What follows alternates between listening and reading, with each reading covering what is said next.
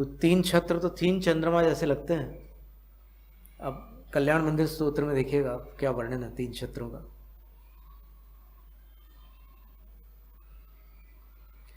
उद्योतितेषु भवता भुवनेषु नाथ, तारान्वितो विधुरयं विहताधिकारः, मुक्ताकलापकलितोल्लसितात्पत्र, व्याजात्रिधा धृततनुर्ध्रुवमभ्युपेतः।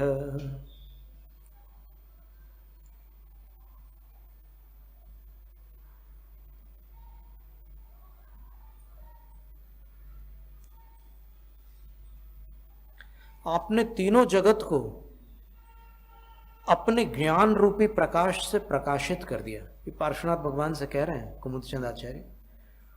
तो जब तीनों जगत में आपका प्रकाश फैल गया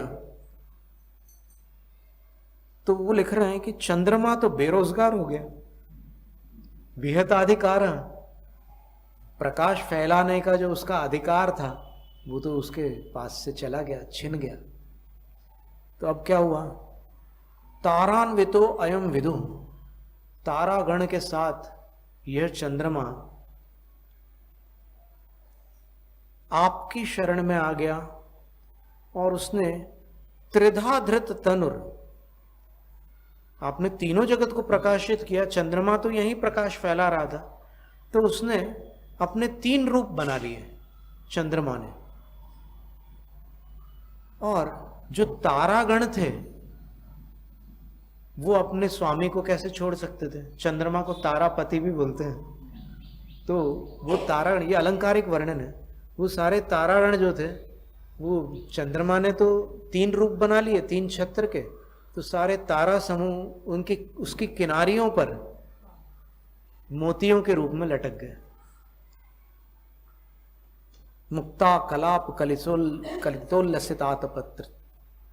अब इसमें इतर संप्रदायों में ऊपर बड़ा छत्र होता है और नीचे छोटा छत्र होता है, लेकिन जैन परंपरा में अब वहां पर भी हो सकता है मतांतर हो, लेकिन कई स्थानों पर देखने मिलता है कि सबसे ऊपर बड़ा वाला छत्र, उससे नीचे उससे छोटा, और सबसे नीचे सबसे छोटा छत्र। ऐसा कई मंदिरों में देखने मिलता है अन्य मतों के।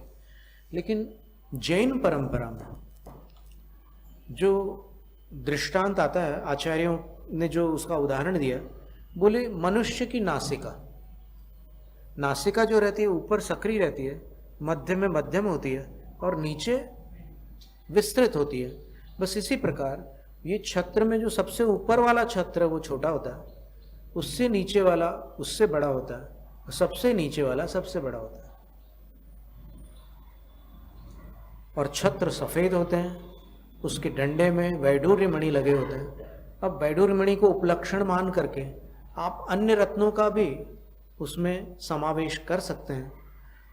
हीरे लगाए जा सकते हैं, माणिक्य लगाए जा सकते हैं, मूंगा, मोती, पन्ना, पुखराज, नीलम, और भी जो जो श्रेष्ठतम रत्न हैं उनको छत्र के डंडे में लगाया जा सकता है। और फिर उसकी रचना ऐसी होती है कि ऐसे घुमाओ तो वो घूमता है।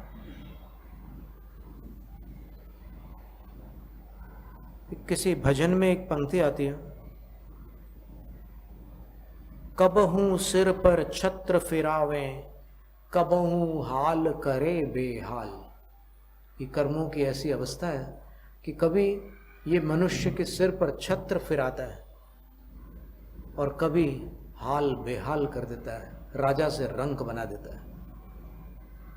इसलिए जिन्होंने कर्मों पर विजय प्राप्त की है वही तीन लोक के नाथ हैं। तो इस तरह तीन छत्र प्रातिहार्य का वर्णन संपन्न होता है। जैनम जयतु शासनम, अन्य ग्रंथों में भी वर्णन तो आया हुआ है, अपन ने दो तीन जगह से देख लिया। जैनम जयतु शासनम।